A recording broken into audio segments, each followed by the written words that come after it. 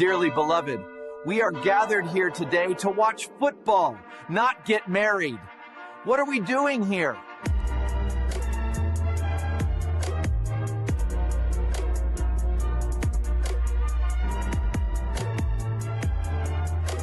I've gotten a lot of baby powder. People like, man, what you getting out of baby powder for? I think I'm going to have to smack the hell out of a lot of people this year. I just can feel it.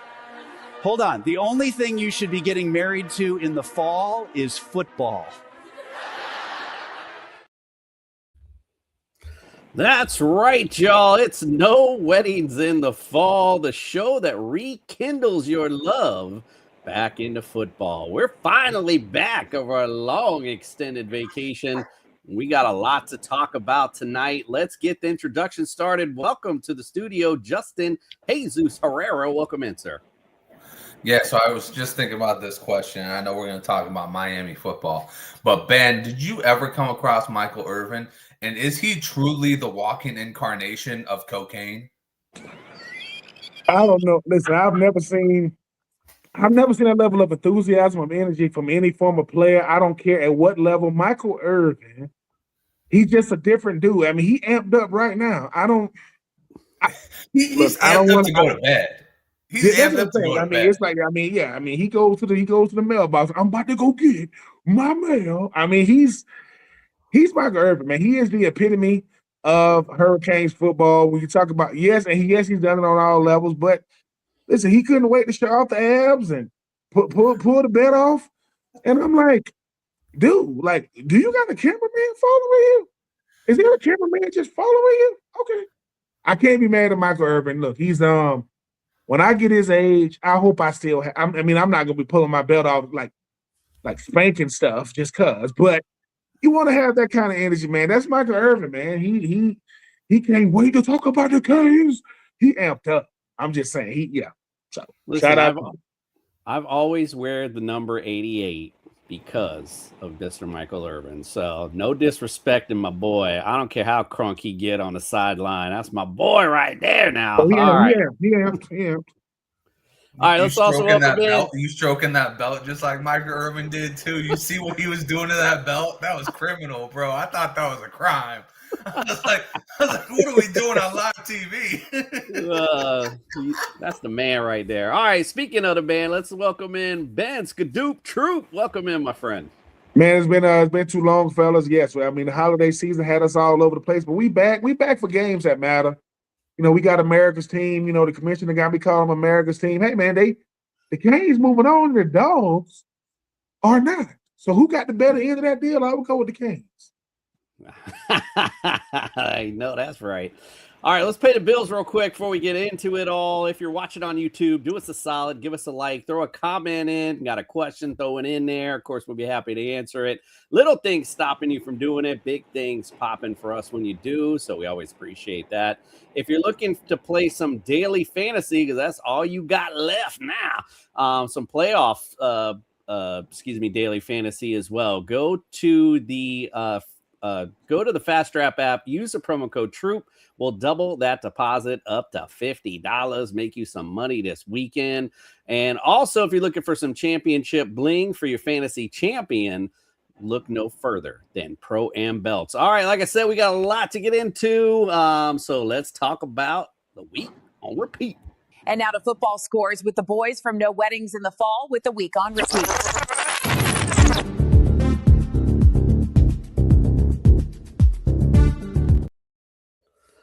All righty. Well, I mean, this is more like a couple weeks on repeat, but since we've been out so long. But let's bring up the graphic of what's going on with the college playoffs right now. Oh, look who is there at the Final Four. It's all about the U, baby. We are here going against Ole Miss, Indiana versus Oregon. We'll talk about those in a minute. Let's talk about last week's games at the very least. And we'll start out, of course, with Miami versus Ohio State. Little payback for my boys from years ago. Quick funny story. The game didn't have a lot of scoring in it. And I happened to be watching it on my phone. I had a little honey to-do list. So I was doing some things around the house while I had it on my phone. And I'm bringing I forgot what I was doing. I was bringing someone around the side of the house, and I'm literally watching, and the Hurricanes scored that first touchdown. And man, I know my neighbors thought I was crazy. They heard me yell before, but it's one of those games where the scoring means a lot, especially when you get a touchdown. So man, I apologize to my neighbors, but I know I was going crazy over there on the side of my house. Because it was that type of game, when you knew once that touchdown went on the board, they were in a good place. Ben, what'd you think of the Canes Ohio State game? Very, very impressed with Miami. I mean, everybody thought because of what Miami was able to blanket Texas A&M, people like, they ain't gonna do that against Ohio State. Ohio State gets a lot of respect because they're the defending national champions. But Miami was like, look, we can neutralize their offense, and we gonna play that slow and steady, no score in the first quarter, but then it's go 14 in the second. When Miami's playing like this, it's gonna be hard for anybody to beat them because this defense, dude, like they're stingy, and then there's this defense. Miami like, dude, we don't want to give you anything. I mean, Jeremiah Smith, I know he's a Miami native. He going up to the guys after the game saying, they like, you made the wrong decision, Jeremiah. Yeah, probably should have stayed at the crib. It's easy to say that now after the fact. But Miami is the present. Shout out to the Canes. Shout out to Mario Cristobal. Shout out to Carson Beck, because everybody thought when he went down to Miami, he was going to be good, not great. The team was going to be good, not great. They real good. And to be one of the last 4 teams standing, I know we're going to get to Ole Miss Miami, but this was impressive. It's not, like I said, I look at football like fights, man. It's not how many fights you had, it's who you fought. Well, they just fought the defending champs. And they made them look very, very, very, very average. Like, everybody was like, Ohio State, they going back. Miami was like, nah, they going back home just quicker than they thought. So shout out to them Canes. Yeah, Miami's been very helter-skelter this year. So I was I went into that game obviously hopeful, but not expecting much because I know like sometimes they'll show up and sometimes they don't. But man, they certainly are showing up right now in these playoffs, and that's all that matters right now. You got to play your best ball at this time. So let's go Canes. All right, let's go to the next one. Justin, what do you think about Oregon putting a beat down on Texas Tech? 23-0. What do you think of that game, Justin? Was it a game? I mean, I just remember looking at that game and going, wow, Texas Tech spent a lot of money, but they didn't spend it on the quarterback because he was just absolutely – I mean, the offense was non-existent. I felt bad because that kid, Jacob Rodriguez, who was in the Heisman candidacy, he was shelling out. He was making big plays. But at the end of the day, they always say defense wins championships, but you got to have an offense that can at least put it across the goal line. And they did not have a quarterback that could do that. They had everything else, but the quarterback was just absolutely atrocious. Oregon was able to stop the run game for what it was worth. And, Oregon looking good going into another week, advancing farther than the Ohio State did. So they're on the right track. Well, good luck to them because they're going to play Indiana, who put another beat down on Alabama. Man, those guys look legit. What'd you think of that game, Ben? I think that a guy like Michael Irvin should have set a belt to Indiana, send the whole team belts. This was not you talking about not a game. And somebody said, no, which one is Alabama? They the one in crimson. So that's the Alabama team getting beat like that. Yep. Indiana looked like Alabama used to be, and Alabama looked like what we thought Indiana would be against them. This was not a game. Like Indiana could have scored 50. They was like, dude, they can't score, they can't do anything. And look, the Paul Feinbaums of the world, the Cam Newtons of the world, man, stop it. Indiana beat the brakes off Alabama. Got the brakes beat off of them. Sorry, Michael Irvin couldn't get on a plane and fly to Indiana because he would have been like, dude, Indiana, Hoosier. He would have lost. Here's my Antoine Randall L., Michael Penix Jr. Shout out to the only Indiana players we know 3 Indiana players. We know Fernando Mendoza. I know Antoine Randall L. and Michael Penix. I couldn't tell you another Indiana Hoosier football player if my life depended on it. But for one day, to call them the better team was an understatement. They beat they beat Alabama like they stole something. I said, dude, turn it off. Like, turn this game all the way off. Shout out to them Hoosiers, a basketball school just beat the brakes off a football school. It is so funny, and I'm so glad you said that because I don't remember exactly the situation, but I knew I had the volume down on that game for some odd reason, and I was thinking the same shit. I was like, wait, that's Alabama and that's Indiana. What am I watching right now? So yeah, that's funny you brought that up because as I'm watching, I was thinking the same thing. I was like, man, this is just craziness going on right now. But Indiana looks like an NFL team right now playing against college teams, quite frankly. Like they're turning on. I was talking about the Canes turning on. These boys are really turning on. They've been doing it all season. So shout out to the Hoosiers, man. Basketball ain't the only thing no more they're gonna be known for. So good stuff there. All right. I should have asked Ben about this one, but we might have some tough feelings of the Ole Miss 39-34 against the Bulldogs. Justin, what you think of that game? I thought it was a great game. I thought it was Chambliss' best game. This team is really rallying. And, Lane Kiffin, I'll tell you what, Lane Kiffin can go suck it at this point because everybody out there is just the guy, Pete Golding? He is literally making this team believe that, fuck it, you're not – yeah, I'm telling you, Lane Kiffin, if they win one more game, is losing all of his transfers that he was going to be getting from Ole Miss. He's losing all of them because nobody's going to want to go play for that guy. Everybody's going to want to continue the energy there. I do have a question for Ben. Ben, because you're huge on Curt Cignetti. Do you want Curt Cignetti to move on to the NFL? No. If you're Indiana, are you going back in the Brinks truck up saying, fuck it, dude, you're our guy for a lifetime. You're the only guy who's ever made us look good on the football field. Because like you said, you're a basketball team. You're the only guy who's ever made us look good on the football field. I wish Curt Cignetti would. They already backed the Brinks truck up for him. Look, man, we already gave you, $94 million? Look, what do you want? You want 95? You want 96?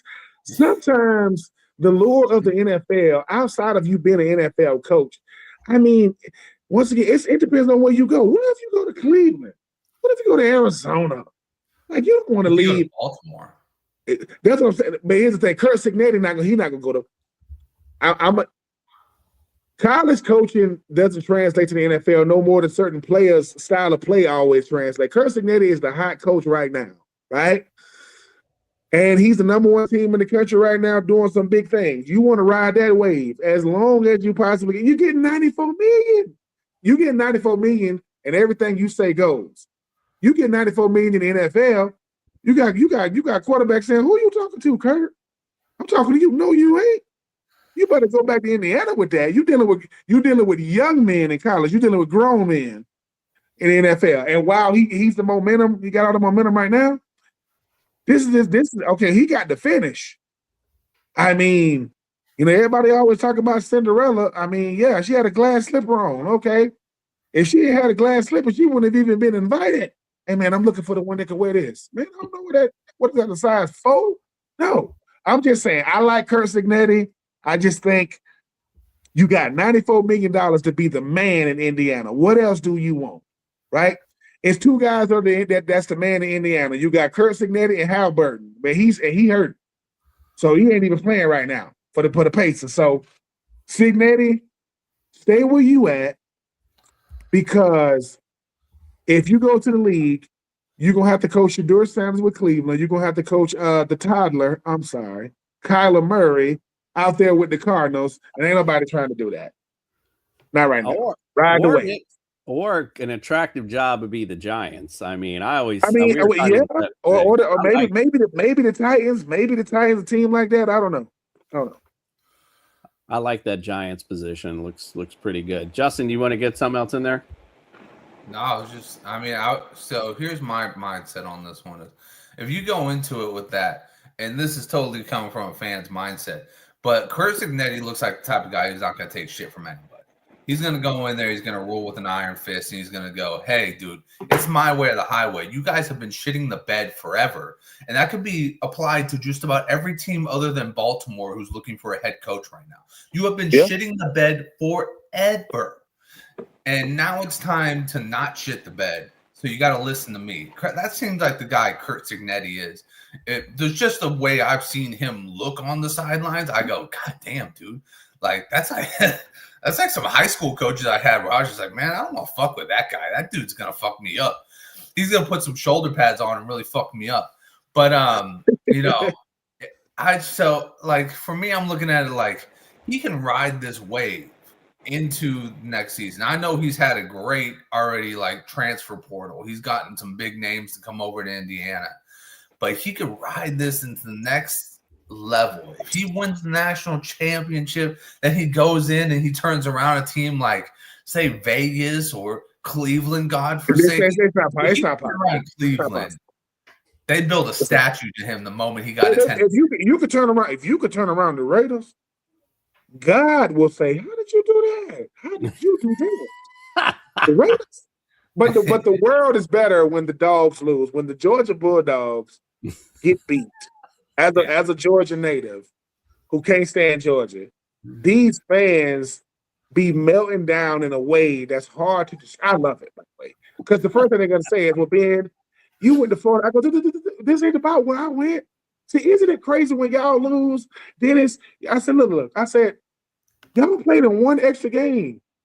No, 2 extra games. I said, look, y'all lost. It's okay. You lost to a Lane Kiffinless team. You didn't even got a head coach. And you lost to him. I said, so look, you lost to a dude named Trinidad. It's okay.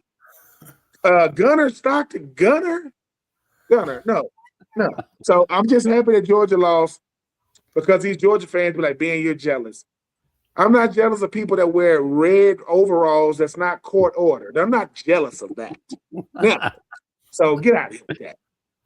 They said, Ben, no, some guy said, the Georgia fan was talking trash to me, kind of road raging. He said, Ben, where you headed? I said, I know you headed to Walmart.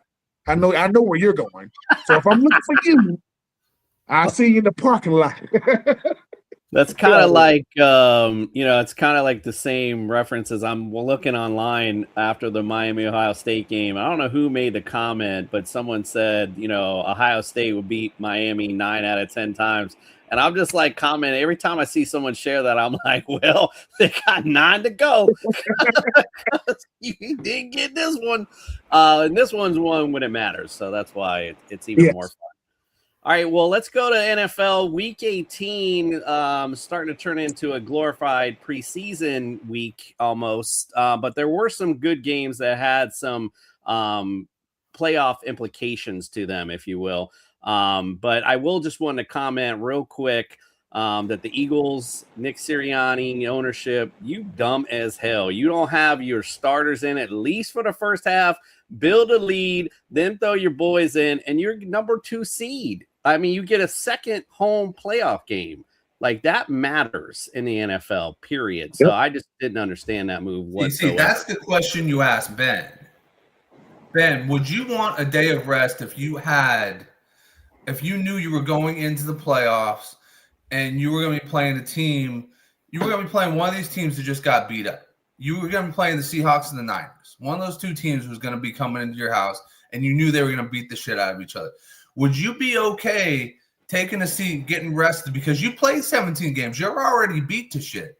Mm-hmm. Do you want to risk getting injured, or do you want to sit and be like, okay, we're 100% or as 100% as you can get through 18 games going into next week?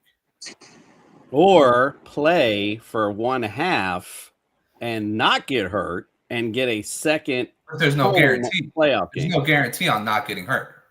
Yeah, I probably would want to play at least the first half for this reason. I think the thing about football, it's such a rhythm-based sport, and the thing I'll always take rest now. Make no mistake about it. But what are we risking if we rest? It's one thing if we rest, and if my playoff position can't improve, I don't want to rest. I mean, we can't go up or down. But if it can, wait a minute, because here's the thing, people. You're taking a person that's been on special teams and been a backup all year, and all of a sudden I got to start. Guess what else I got to do? I still got to play special teams. So now I got to play every down on offensive defense, and I got to go on kickoff return, punt return, field goal block. It's only so many players to go around. The game day roster, 47, 46 players. So you don't got a plethora. But if you are the Eagles, you know better. Dude, you know what you're playing for, right? You are the defending champ. So I don't say you risk injury every time you go out there. I don't know what's up. I don't know what's up with these last games of the season, man. You know, your bones a little brittle. And man, eat some peanut butter. Go to bed early. Go get you a massage or something. Because now you got to play San Francisco. You went to bed saying, all right, I like our chance. You woke up in a nightmare like, whoa, we got to play San Francisco. Yeah. That's our consolation prize for Luke. Yes. We didn't think this through because nobody is saying they want to play San Francisco. I don't care who you are in the NFC, Chicago, the Rams, Seattle. Nobody wants to play the 49ers, whether on the road or at home. And Christian McCaffrey and Brock Purdy and Ricky Pearsall. If Fred Warner plays, like I said, the Eagles got the best shot, but ain't nobody trying to play the 49ers because them boys can hurt you bad. Real bad. Yeah. But I like my whole thing is again, you do run but you run the risk anytime you go out there on the football field, period. And I'd rather be out there, especially as you mentioned, Ben, if it was for no reason, like, the seating wouldn't matter, then yeah, I'm totally with that. Just rest, sit down, don't matter anyway. But this second home playoff game matters, and especially in the NFL. You have to go wherever they have to go. It's not fun to go travel in the playoffs when you could just set your ass at home. And all it took was just to play a little bit of a first half. And you're playing the Commanders. Come on, did you really have to? 2 halves would have done it. A quarter and a half probably would have done it. But the Commanders was like, yeah, dude, we're a pretty good team. You're not. And some of the decision honestly, watching that game, they could have won it. There was a few decisions that were made that I just didn't get. There was a few times they went for it on 4th down. I'm like, why? Kick the field goal. You're playing the Commanders right now. You know what I mean? So, I felt like they could have won that with their backups, but, that's the way the cookie crumbles in the NFL any given Sunday, as they say. But again, play your starters, get your lead, and then you're chilling. And then again, you get 2 home games. I mean, that to me would be totally worth it. All right, let's go to the games that really matter. How about the Bucs versus the Panthers, 16-14, and they are going to bed all happy on Saturday night, and then on Sunday, that had to hurt. 2 stank teams decided your playoff fate. Damn, Ben, what did you think of that one? The Carolina Panthers my Falcons a debt of gratitude twice. The Falcons beat the Bucs on Thursday night. Kyle Pitts out there was going for the 3 TDs. He has the most fantasy points for a tight end in NFL history. That's another conversation for another day. And then you needed the Falcons to come. So if the Falcons win, the Panthers in, and if Tyler Shuck and New Orleans win, the Bucs are in. The fact that Todd Bowles still has his job. So let me get this straight. The Bucs were rooting for the Saints, and the Panthers was rooting for the Falcons, and the Falcons won. So the Falcons, the Bucs, and the Panthers all finished 8-9. Talk about terrible. So who was the best of the terrible teams? It's the Panthers. So they're in at 8-9, and they get to host the Rams. Look, it's crazy, man. But yeah, that's why Raheem Morris is no longer with the Falcons. Todd Bowles get to come back one more year at least for the Bucs, and no one cares about Kellen Moore. No one cares about Kellen Moore out there with New Orleans. Kellen Moore finally get to be a NFL coach. He get to coach Tyler Shuck and no Alvin Kamara, no Tyrann Mathieu, Chris Olave. I mean, and Cameron Jordan has blonde hair.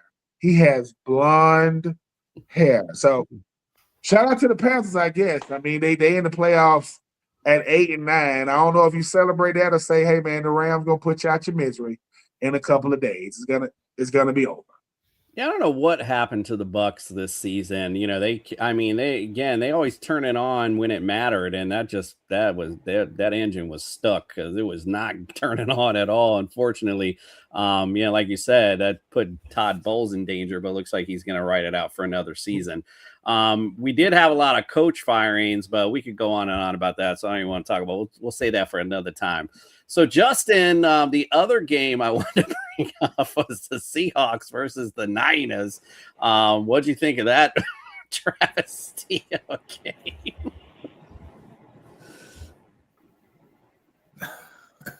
Honestly, I mean, I thought it could have been a lot worse than it was. It sucks when you don't have your number one wide receiver and your left tackle to begin with, because they should have been on the field. So you got no protection for Brock Purdy. You had Austin Pleasance, who I don't blame you. It's not on your bingo card. You shouldn't know who Austin Pleasance is. And you had Juwan Jennings getting manned up by Devin Witherspoon. And guess what? Juwan Jennings is not a number one. He should not be paid like a number one. Anybody who's going to advocate him getting paid like a number one should look back at this game and realize he is not a number one, should not be getting paid $30 million. I'm sorry, Brandon Ayuk's money should be going towards other things, like getting defensive linemen, like getting, offensive linemen, something that can, hold up. This was a testament game to the Seahawks, what they've built. They've made a lot of smart decisions in the drafts. Nick Emenwari, big time second round draft pick. He looks like he's going to be like the next Kyle Hamilton. That dude is a freak athlete, can come up, play linebacker. He can play like this true strong safety like we used to play in high school, like where you had four linebackers in the box and you had that strong safety was your fourth linebacker. He can just go everywhere. This was just, I don't know. It was one of those dog walking games, and unfortunately, the 49ers got dog walked, and it kind of looked like they got the breath kicked out of them for the whole playoff. So, I'm not going to ever doubt them because they're my team, but that was hard to watch because everything that you wanted to do, you just got completely neutralized. And a lot of it was because Ricky Pearsall wasn't there to help take the top off. Like I said, Juwan Jennings is not a true number one, so nobody's ever going to respect him like a true number one. And George Kittle was coming back off an ankle injury. You say rest the starter. You say rest the starter is stupid. I think it's smart. I think you rest those guys, especially when they're injury prone and they've got ankle injuries and they've got all these hammy injuries. I say you rest those guys and you get them as full strength as possible for that game that's coming up. But 49ers didn't do that. If you're not going to go in with Trent Williams, you're not going to go in Ricky Pearsall, you pretty much gave up the game anyways. Should have just sat Kittle. Tonjes was doing great anyways. But anyway, shout out to the Seahawks. I picked them as the NFC West champions anyway, so hurrah for me. I got one right. Move on to the next game. My biggest takeaway, though, is that Seahawks D is just, it's really, really Super Bowl caliber. I don't know if Sam Darnold's Super Bowl caliber, but, that defense can definitely carry them bit of the way. That defense also gave up a shit ton of yards to like Puka Nacua. Right. You know what I mean? No, agreed. If you have a true number one wide receiver, somebody who can take the top off of it, it's not an intimidating defense. What I'm saying is that you didn't have that. You didn't have that Ricky Pearsall. You didn't have that guy who could do that. So, it completely condensed everything. But, I didn't say it was against the Rams. The Rams totally blew the top off of them every time. I didn't say it was stupid to rest starters. I was saying it's stupid if you have something to play for, which it would have been stupid for the Niners to sit people because you guys were going for the number one seed. Hello, that would make sense for you to win that football game and go out and try as much. But they were already resting guys, so that's what I'm saying. Like, if you're already resting guys, just let everybody rest at that point. Yeah, well, that makes sense too, for sure.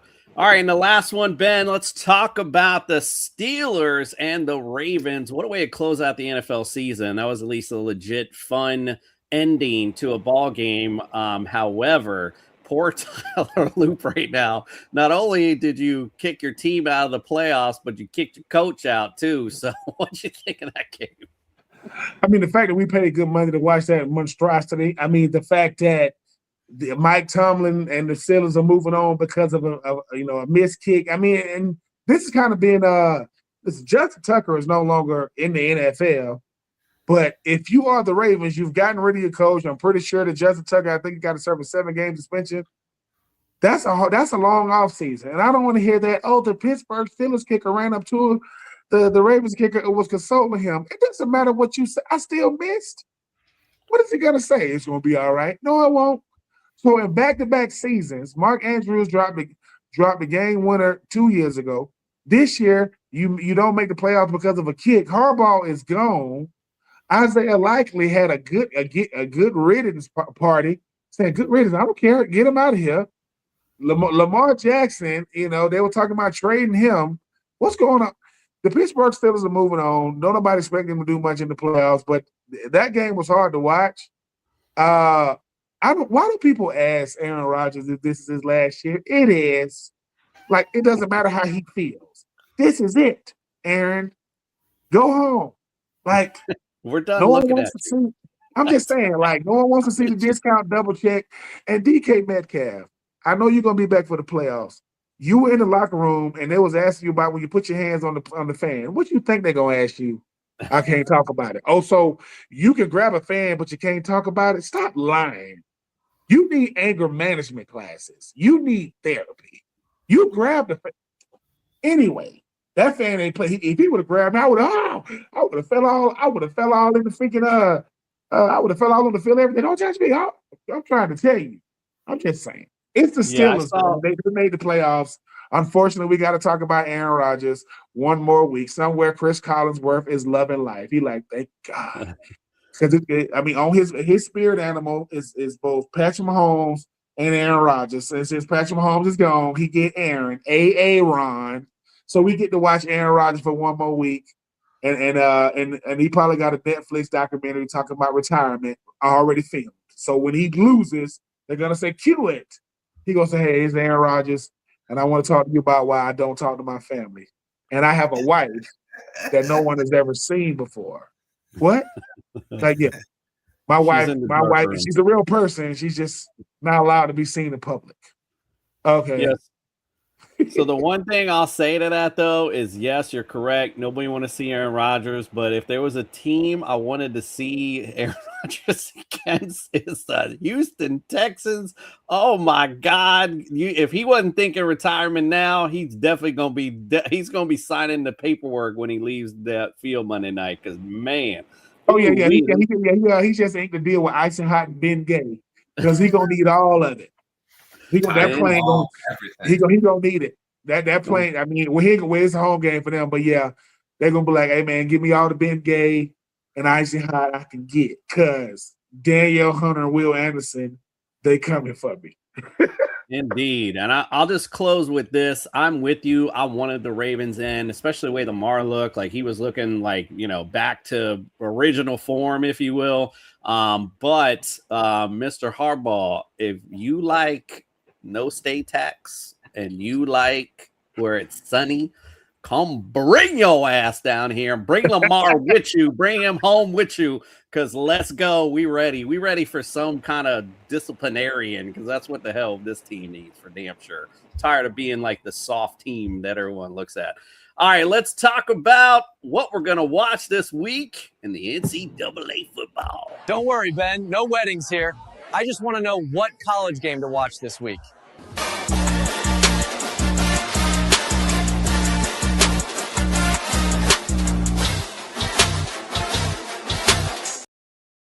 All righty, here we go. The final four of the college tournament. And you know what we got to start with? Number 10, Miami versus number 6, Ole Miss. Now, the overall series, Ole Miss leads 2-1. They played, I had to write this down. Last time they played was in 1951. It was 20-7, the Hurricanes. But their other games they played were in 1940 and in 1936. So it's been a long time since the Hurricanes played Ole Miss. So this one will be interesting. Ben, what are your thoughts on this game? Who wins and why?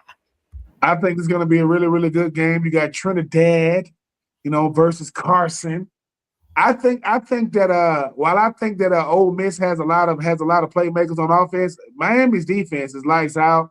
I just think that when you look at what Miami's doing, they playing balanced football, and they can beat you in any kind of way. They can beat you in a slugfest where we're gonna play stingy, and then whoever make a play, or they can beat you running away. Ole Miss has been the talk of the college football playoff because they're doing it without Lane Kiffin. And Lane Kiffin, what you doing poaching these coaches, man, to make them come to LSU? Come on, Lane. And everybody knows when you go get food, you can't take the freaking shopping cart out. Get a bag. Anyway. Sick of that freaking video. I like Miami though. I think the thing about Miami is they're playing for something different.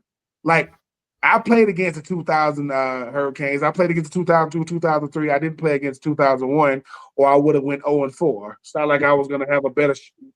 I think the Canes are trying to get back to that winning tradition, man. And Mario Cristobal, he didn't come back to be mediocre. They got a shot to do it. Now, Ole Miss ain't gonna just go away, but I got the Canes moving on. I think they're the most balanced team because they got it on offense, they got it on defense. Carson Beck needs to be good, not great. Don't play like you playing against, college football playoff teams and not how you played against Louisville and SMU. Oh, they're going to be hard to beat. They're going to be hard to beat. I'm going with the Canes. Justin, who you like? I like the Hurricanes, but I'm very iffy on whether I think that they're going to win the game. I think they've had a great run, but I don't know, man. I want them to win. I really do because I want to have an old U type of party in the national title game, and I'm really really enjoying watching Michael Irvin cocaine out on the sidelines. I don't even think it's cocaine out. I think Ben's right. I think he just has that natural energy to him. There's like some guys that just like they're just fucking. You touch them and you're just like Jesus fucking Christ, dude. Like. Are you on like speed or something like that? No, man, that's just me. That's just my energy. I feel like that's Michael Irvin. I feel like he's just the guy that has a ton of energy. So, I want to continue to see that. So, fuck it. I'm going to go with the Hurricanes in this one. Nothing more fun than seeing Michael Irvin sideline, but it's even more fun seeing all the old Canes. Saw Ray Lewis down there with. That's fun. You know what I mean? Like that's how you get the fan base excited. So I'm excited. We'll see. Huh? Got to get Sapp in the building. Sapp, he was there. Ray Lewis in the same building. Sapp was there also, actually. They had him down there also. But Warren Sapp, man, not for nothing. It looked like he'd been through it. I saw him him and Michael Irvin were, and I was just looking at. I was like, wait, that's Warren Sapp. Like I don't know what's going on with him right now, but either way. I'm excited. Let's go Canes. All right, let's go the Peach Bowl. Number 5, Oregon versus number 1, Indiana. This series actually is tied 2-2. Last time they played was this season. Indiana won 30-20. They won two in a row in the series. The other game was last season. They won 30-24. They both, by the way, were in Oregon. So Indiana has gone to Oregon twice and beat them. Justin, do you think it's number 3 for Indiana? Yeah, I think Kurt Cignetti has got this team believing that they're the best team in the nation. I think they truly are the best team in the nation. I was definitely skeptical, but when you blow out Alabama like that and you already have a win against Ohio State this year, you kind of just go, they're probably just for real. So I think that this is going to be a great game. This is a battle of who's going to be number 1 overall between him and Dante Moore. Because they're both going to be battling it out. And one of them's going to Cleveland and one of them's going to Las Vegas. And they're both going to be fucking miserable in a year. So let's enjoy this now, boys. We might be miserable playing for Las Vegas, but I sure to hell would much rather be there than Cleveland. That's all I got to say about that. Ben, what do you think? Who wins and why? I think it's 3 for 3. I think Indiana beats Oregon. Oregon is a team that loses to the good teams. That's what they've known for. They're going to be really, really good, but they're going to lose to really, really good teams. And Dan Lanning is a good coach. Dante Moore is a good quarterback. Oregon is a good team. Indiana has a better quarterback. They got a better coach. They got a better team. And if you are to these former Oregon Ducks out there, they be talking trash, talking about people just be hating on y'all. Hating on what? Like what? Because y'all got 100 different uniform variations? Because y'all got wings on your freaking helmets? No, Oregon, you got to win something. You can't go, let me show you these Nikes over here. We know y'all got the Nike. Nike was birthed here. We get it. Can you win the football game? The answer is no. And when you finally lose this year, you lose to a basketball school. Nothing screams, we're not a football school when you're losing to a basketball school. So it's going to be a good game. But I just think Indiana, the way they play football, they bludgeon you. They just hit you and hit you and hit you and hit you and hit you. Fernando Mendoza looks like Woody off a Toy Story. That's who he looks like in the face. Oh, my God. That's him. That's Woody. Look. That's who Fernando Mendoza looks like. Love him, but that's who he looks like. And so yeah, give me Indiana, Kurt Signetti winning the big way over Dan Lanning and company. Hoosiers are going to infinity and beyond, to your point, my friend. Looking like an NFL team, like I said earlier. All right, let's get to Wild Card Weekend in the NFL. You all are terrible. Even the boys from No Weddings in the Fall didn't pick you to win.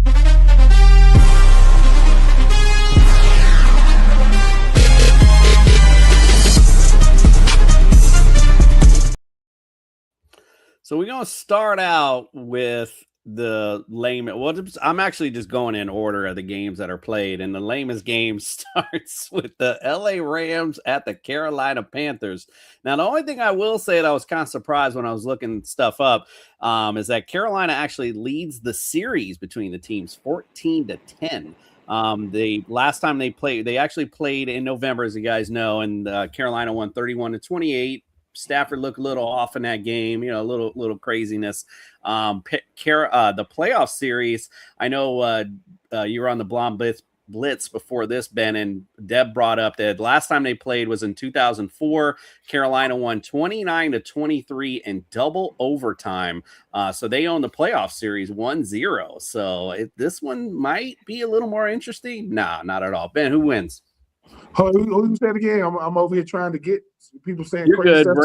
Rams at Panthers. Man, you know it's gonna be the Rams. Look, I do a show with a friend of mine, homie of mine. His name is Ryan Smith.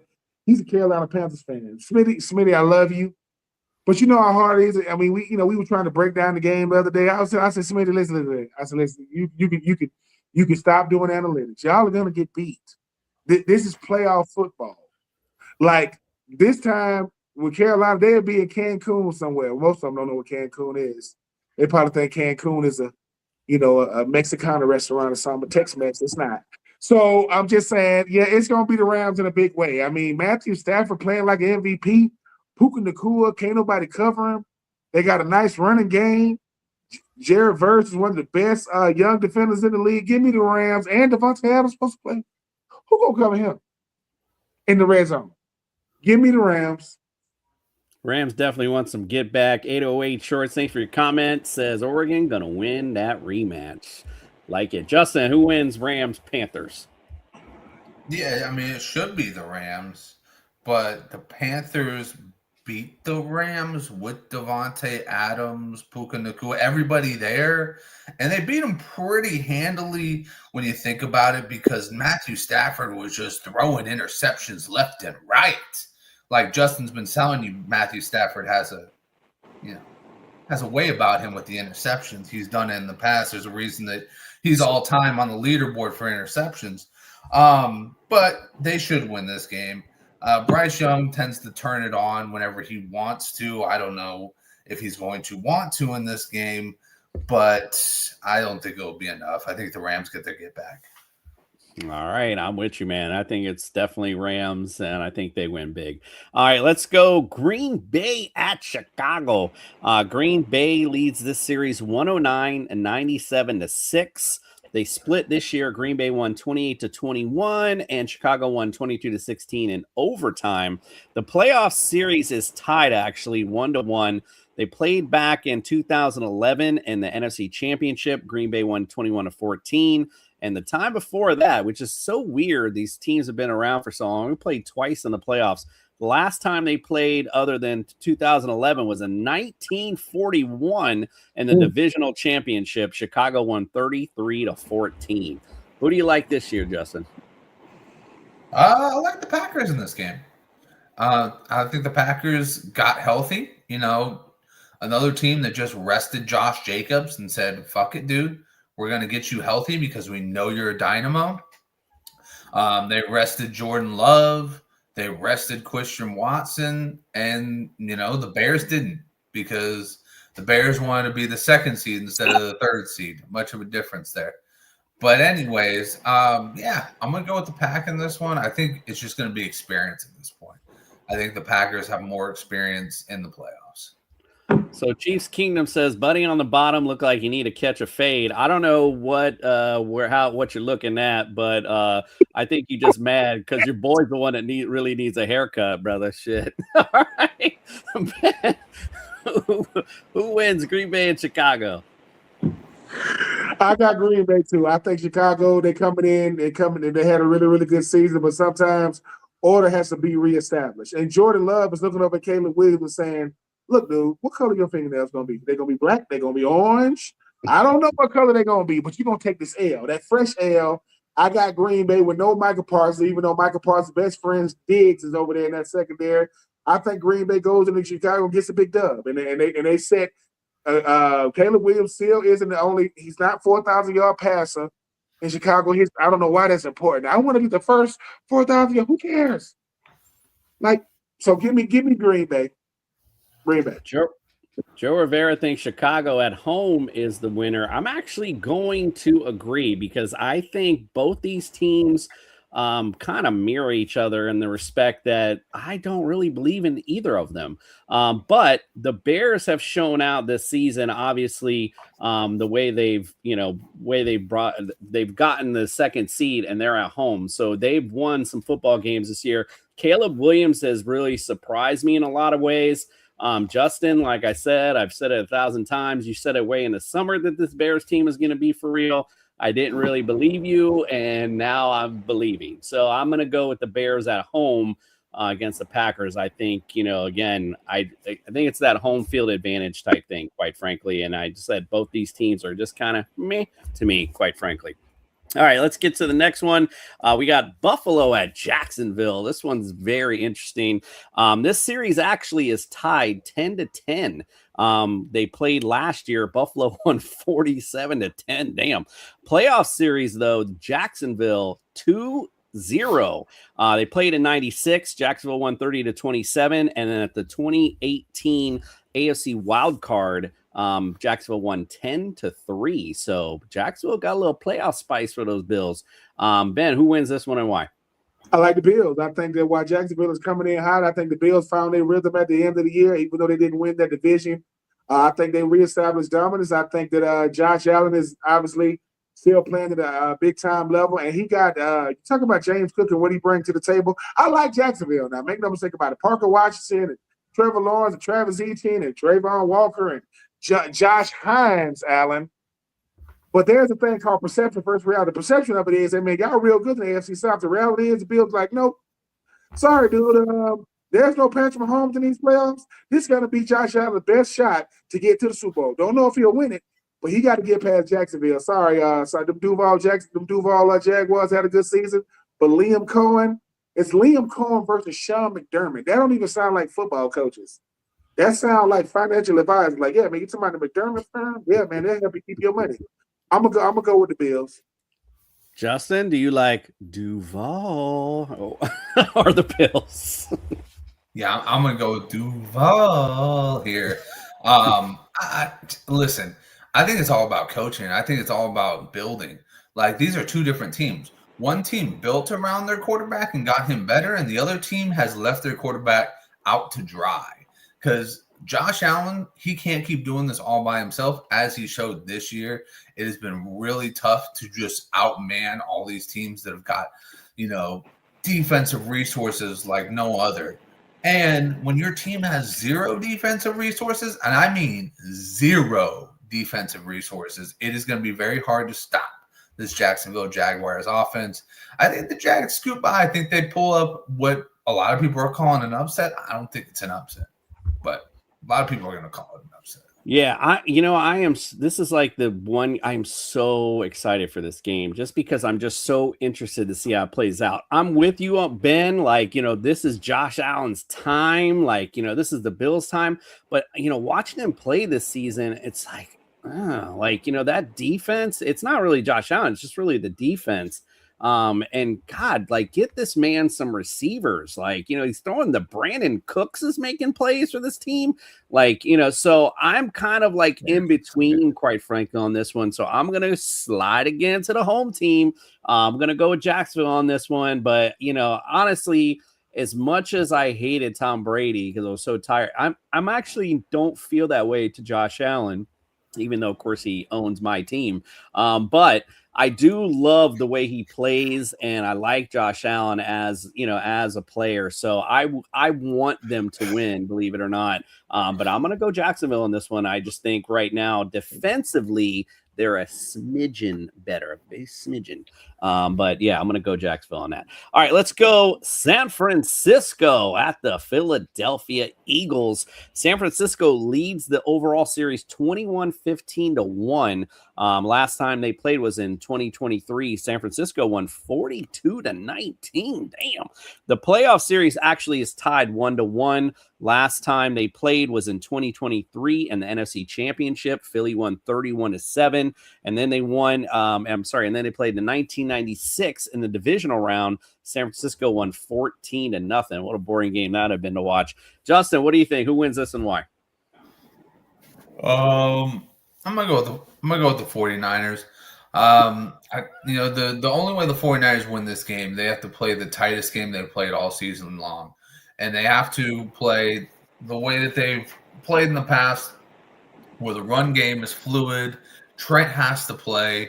Pearsall has to play. These guys need to fucking bandage up, put their fucking pads on, and just get out there because this is do or die time. Trent, you want to ring before you go to the Hall of Fame? You better go out there, man, because this might be one of your last chance to get it. And you know what? The Eagles defense, a lot of people are like, oh, it's the same as the Seahawks. It's not even close to the same as the Seahawks. They don't even schematically work out to be the same as the Seahawks. They're a lot more vulnerable against the run, and they're actually a lot more vulnerable against the pass too. But you got to have a number one for Quinyon Mitchell to actually want to show or to shadow the entire time. If you give him Jawan Jennings, he's going to eat Jawan Jennings all day long. If you give him Ricky Pearsall, then Jawan Jennings gets to eat up the number 2 corner, Dorney Jackson, all day long. So I'm going to go with this 49ers because I'm not a cop-out. I don't disbelieve in my team. I'm going to roll with it. But I will say this, it does look like it's going to be scary. I mean, if the 49ers win this game, it might be all the gas was put into this one. So I just want to let you know, Mary Jane's out in the living room and still heard you and said, how dare you, hater. Respect My Gamer says the only thing needed to be talked about is who is losing to the Rams in the Super Bowl. Well, I think they at least getting past game 1, so you might be on to something there. Ben, who do you think wins San Francisco and Philly?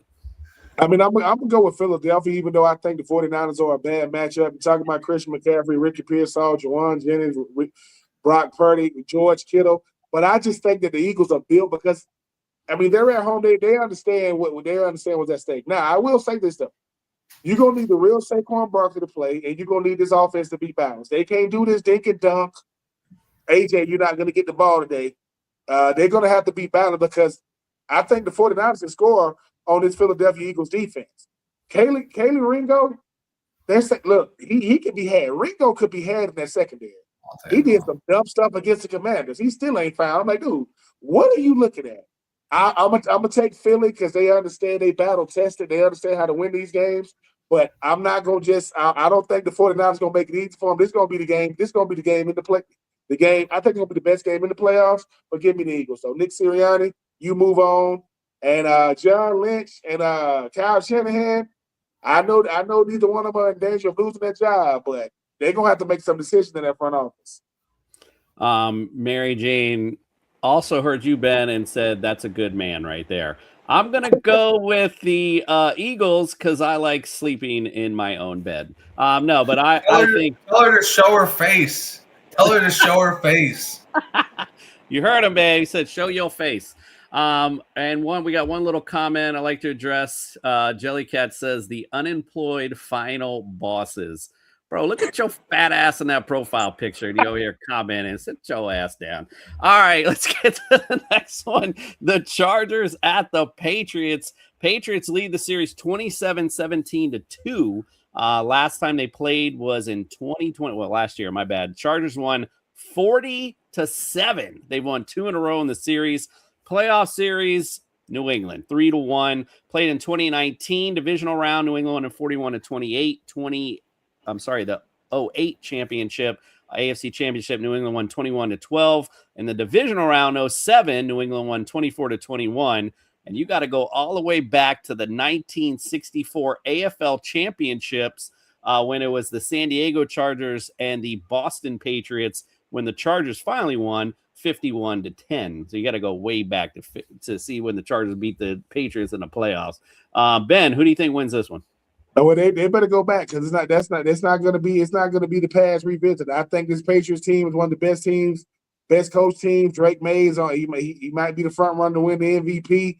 I like what Harbaugh is doing only in year 2 with the Chargers, but I do not trust Justin Herbert in the playoffs. You can't trust him in the playoffs. Regular season, he'll put up some big numbers. I can't trust him. Plus, they got to go. A team from the West Coast with great weather got to go to cold temperatures in New England. No, that doesn't bode well. Give me New England. I think they're the better team, top to bottom. I do think the Chargers are going to make a game of it, but give me New England to move on. I like it. Justin, who you like? Yeah, I'm going to go with New England as well. I don't think Justin Herbert is built for these moments right now. You know, he needs a lot of support, and he doesn't have it at the tackle position. So I think that kid Drake May has really got it. I think he's going to be a next-level quarterback. And I think it's time that we start to realize that Justin Herbert maybe not be that. He's maybe not that next-level quarterback that we thought he could be. Yeah, I feel like New England turned into what I thought the Chargers were going to be, where they run the football well, play deep, good at the quarterback position, and defensively play well. That's kind of what I thought the Chargers were building towards. Something happened in there. I don't really know what. Maybe there's more of a conflict with Justin Herbert wanting to more air it out and instead having to hand the ball off quite a bit more than he's probably used to. Not really sure what it is, but it certainly seems broken. But the defense looks okay too. So, you know, I think this might be a low scoring game, but I do like New England as well, especially at home. All right, let's get to the Monday Night Delight we referred to earlier. Houston at Pittsburgh. Pittsburgh leads the overall series 5-3. Last time they played was in 2023, and Houston won 30-6. This will be their first ever meeting in a playoff, so we got no record on that. But it's going to get ugly, I think. But what do you think, Ben? Who wins this one? I think it's going to be the Houston Texans. I think this Pittsburgh Steelers team is not the Pittsburgh Steelers we grew up watching. Yes, they lucked up to get in. Listen, Derek Stingley Jr. going to shut DK Metcalf down, right? Daniel Hunter and Will Anderson Jr. They're gonna make sure that Aaron Rodgers hates playing football. They're gonna be all over him. And CJ Stroud and company. Nobody scares you on this Pittsburgh defense. Jalen Ramsey plays safety. He don't even wear gloves. He be out there looking like the mannequin. Like, dude, put on some gloves and try to get some swag to you, man. Like, you out there looking normal, talking trash. I'm going with the Houston Texans to move on. We're going to put the Pittsburgh Steelers out there, misery. DK Metcalf, get you some therapy, man. Go to anger management classes. Like, why are you so mad? You make too much money to be that mad. Give me the Houston Texans, DeMeco Ryan over Mike Tomlin and the Steelers. I like it. Justin, who do you think? Yeah, same.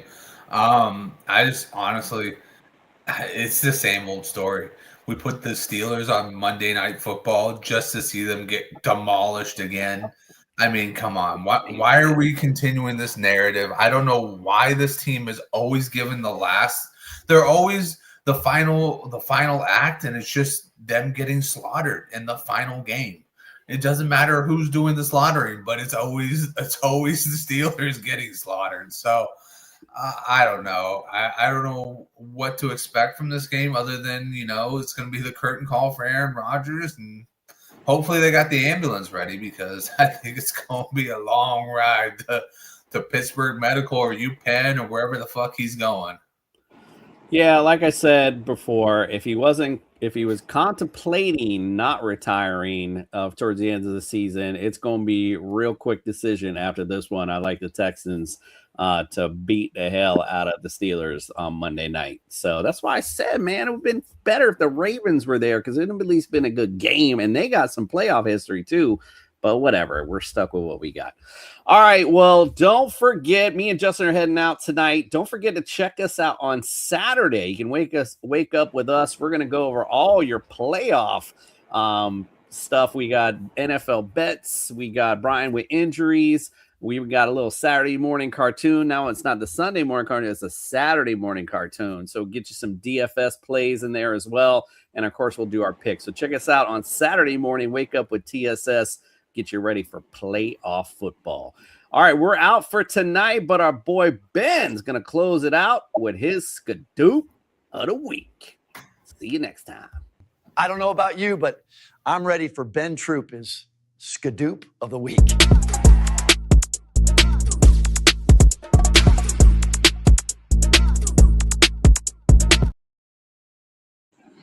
What up, my good people? I know you guys ain't seen me in a while. I am Ben Troupe. I appreciate you guys taking the time. I'm just trying to get what's on my mind off my mind. I'm going to make this short and sweet.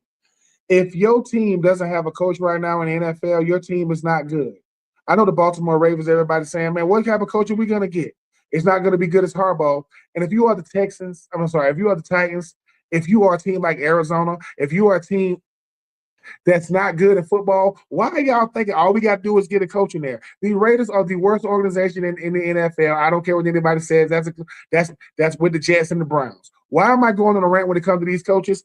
Because Jason Garrett might get an opportunity to be a coach, the former coach of the Cowboys. When it comes to the coaching carousel in the National Football League, the reason why teams stay bad is because you get the worst coaches. Go get a coach that's young enough to know who Lil Baby is, but old enough to be able to tell these players, get your behind in there and watch some film. Get you a good coach. It correlates to having a good team, and it starts and ends hopefully in the playoffs. I am being true. This is no weddings in the fall. 2025, just like in 2026. I got big hands and I got enough money for a baby powder. If I catch you in a church up against your noggin, and I'm out of here.